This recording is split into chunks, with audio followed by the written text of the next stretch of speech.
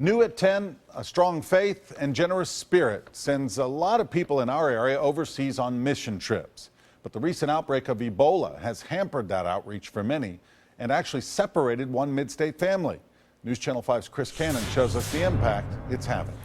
And rural Rachel Ropecki had planned on going back to Africa last month, but Ebola canceled that trip, and now her husband waits in the outbreak-ravaged company since the family's adoption plans have stalled. That was truly a scary time.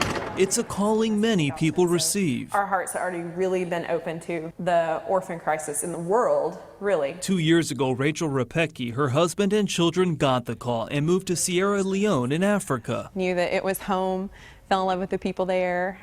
We lived in a small village first, and then we later moved to the city of Freetown. Ropecki and her husband Michael started working with the Covering, an orphanage there, and fell in love with 2 little girls they're in the process of adopting.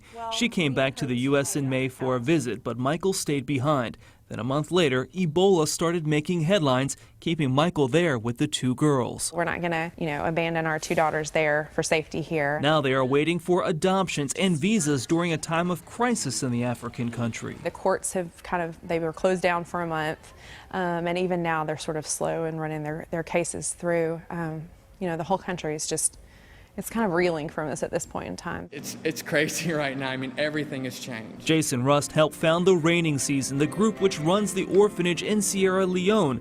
Normally, he sends 200 missionaries a year to the country. And right now, we've put all that on hold, and we're really paying attention, the travel warnings and things like that, but there's no trips planned in the near future. Ropecki misses her family, but is hopeful the situation in Sierra Leone will start to improve. And then they can join us here, and we can kind of wait until it slows down there before we go back. Because the family will return to Africa. We're in love with being there. It's their calling. We love, love, love what we do. When the family left for Africa in 2012, they sold everything they own here, so it truly is their home. The orphanage they work with is now on lockdown. No one in, no one out. And tonight, the entire country went on a 3-day lockdown so volunteers can go door-to-door testing for Ebola. Ropecki says her husband isn't fearful of catching the virus, but he is being very careful. Rory? Chris, thanks. The U.S. Embassy in Sierra Leone said 1,500 people in that country of 6 million people have the Ebola virus.